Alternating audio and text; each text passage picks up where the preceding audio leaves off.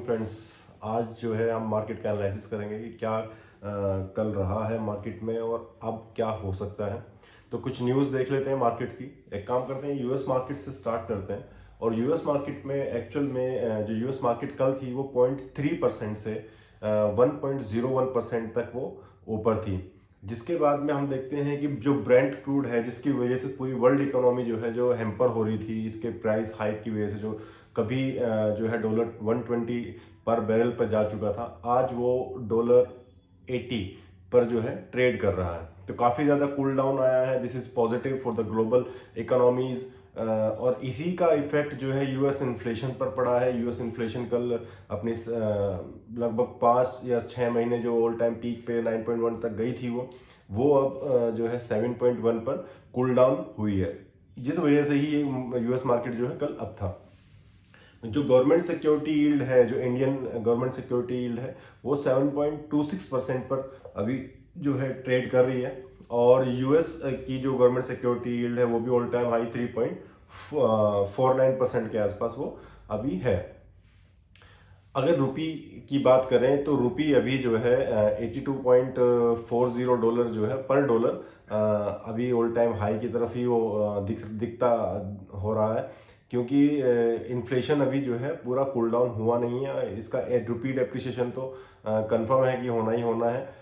देखते हैं गवर्नमेंट क्या स्टेप्स इसमें ले पाती है इसको होल्ड करने के लिए, कि ज़्यादा रुपी जो है डिप्रिशिएट ना हो।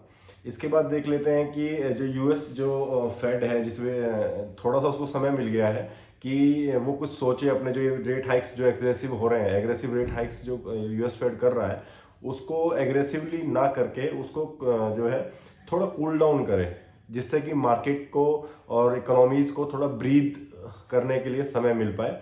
अभी फिलहाल में यूएस इन्फ्लेशन, जैसे मैंने बताया अभी आपको, कि 7.1% जो है कल आया है। ग्लोबल जो ट्रेड है अपना, जो रिपोर्ट बता रही है यूएन की, वो एक्चुअल में 32 billion dollar, sorry trillion dollar जो है वो अप हुआ है लास्ट 1 ईयर में, यानी कि in 2022 as per UN report the global trade is up by 32 billion, और सॉरी 32 ट्रिलियन डॉलर। चाइना एक न्यूज़ है, मतलब ग्लोबल इकोनॉमी को ही हैम्पर करती हुई न्यूज़ है ये भी। इससे भी बहुत इफेक्ट पड़ेगा चिप इंडस्ट्रीज के ऊपर। चाइना ने जो डिसीजन लिया है एज पर द सोर्सेज, कि वो 143 बिलियन जो डॉलर है वो बूस्ट करेगा डोमेस्टिक चिप डेवलपमेंट में। तो ये एक्चुअल में जो डिसीजन लिया गया है चाइना के द्वारा, ये to compete the United States mainly जो दिख रहा है साफ साफ। इसके बाद एक बार आते हैं इंडियन इकोनॉमी के ऊपर आते हैं। इंडियन इकोनॉमी में जो है कयास लगाए जा रहे हैं, एक्सपेक्टेशन की जा रही है कि 2030 तक 500 बिलियन डॉलर जो ट्रेड है G20 कंट्रीज में वो इंक्रीज होगा। तो 2030 तक ऑब्वियस सी बात है कि कहीं ना कहीं जो है इकोनॉमी में, स्टॉक मार्केट भी आपकी जो है ऊपर की तरफ ही जानी है। और इसके अलावा भी अगर देखा जाए, जो 2030 का जो अभी मतलब जो एस्टिमेट है वो, क्योंकि लास्ट 14 to 18 मंथ जो है बीएससी ने 1 करोड़ नए इन्वेस्टर्स को जो है अपने इसमें ऐड किया है। तो डोमेस्टिक इन्वेस्टर्स भी जो है इंडियन इकोनॉमी में, स्टॉक मार्केट में जो है वो डायरेक्ट जो है अपना भागीदारी दे रहा है। तो फ्यूचर तो ब्राइट है, लेकिन वही है कि जो वॉलेटिलिटी है मार्केट की, उसके चक्कर में पड़ के आप जो है अपनी इन्वेस्टमेंट बंद ना कर देना। ग्लोबल स्लो डाउन के साइन जो है वो दिखने शुरू हो गए हैं। एक्चुअल में क्रेडिट डिमांड है वो डाउन हुई है आपकी जो है 25% ईयर ऑन ईयर इन अक्टूबर 2022। तो थोड़ा ये तो ऑब्वियस है कि ग्लोबल रिसेशन आना है, थोड़ा मतलब रिसेशन आना है। आप लोग थोड़ा सा उससे जो है इम्यून है इंडियन मार्केट जो है, लेकिन इफेक्ट तो करेगा ही सब जगह पे। अब as per the finance minister of India, NPS जो है, जो राइट ऑफ किए हैं बैंक्स ने, वो जो है 10 लाख करोड़ को जो है वो क्रॉस कर गए हैं। तो this is a negative news towards the financial sector of Indian market. तो ये 10 लाख करोड़ जो राइट ऑफ हुआ है बैंक के द्वारा, ये कहाँ से आएगा? तो कहीं ना कहीं मार्केट भी इस पे आज रिएक्ट करता आपको दिखेगा। अगर स्टॉक स्पेसिफिक बात करें तो वेदांता ने, जो 30 जापानीज फर्म है, फॉर सेमीकंडक्टर मैन्युफैक्चरिंग, उनके साथ में जो है अपना पैक्ट साइन कर लिया है। तो वेदांता के शेयर भी आज जो है न्यूज में रहेगा, उस पर आप निगाहें बनाए रखें। पेटीएम बोर्ड ने ओके किया है शेयर बाईबैक को 850 पर शेयर। तो अभी जो है वो अपने ऑल टाइम लो को छू के वापस आया। तो this is an short term opportunity for all of you guys कि आप पेटीएम के शेयर को कंसीडर कर सकते हैं। अगर 850 रुपए पे वो बाईबैक कर रहा है, सॉरी 850 करोड़ के कर रहा है, 810 रुपए पर शेयर। तो 810 रुपए पर शेयर अगर वो बाईबैक कर रहा है, this is a good opportunity of I think 15 to 20% in the price thing.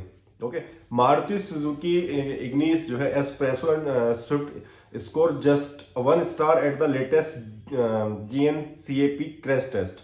तो ऑब्वियस ही बात है, मारुति जो है मतलब ऐसी कुछ रफ एंड टफ, टाटा के जो है 5 स्टार्स मिलते हैं उसको अपने इम्पैक्ट या फिर क्रैश टेस्ट के अंदर। तो ये हाउस होल्ड कार है, लो मीडियम जो लोअर मिडिल क्लास और मिडिल क्लास जो आदमी है वो मारुति की तरफ जाता है। तो ये सब डाटा सबको पता है, लेकिन इससे आने से कोई इफेक्ट तो मेरे हिसाब से नहीं होना है। Tata motors to hike commercial vehicle price up to 2%। तो टाटा मोटर्स के शेयर्स को भी ध्यान में रखिएगा, 2% के आसपास वो लोग भी अपने कॉमर्शियल व्हीकल के प्राइस को इंक्रीज करने वाले। हो सकता है वो प्राइस इन भी हो गया हो, लेकिन फिर भी एक वॉच आप कर सकते हैं इस चीज को। इंडियन रिफाइनर्स मे gate Russian oil eight below 60 पर बैरल। तो again this is a big news for the oil industry, all the oil shares, all the oil index की, ऑयल एंड रिफाइनरी इंडेक्स कि आज जो है जब उनको ये कंफर्म हो गया कि 60 पर बैरल पे उनको जो है ऑयल मिलेगा, तो अभी विंडफॉल टैक्सेस भी कम कर दिए गए हैं, तो they are going to get some more profit out of it. तो आप लोग जो है इसको थोड़ा सा वॉच रखिएगा। अब बायजूस की बात कर लेते हैं। Byju's lenders seek quick part payment of 1.2 billion loan.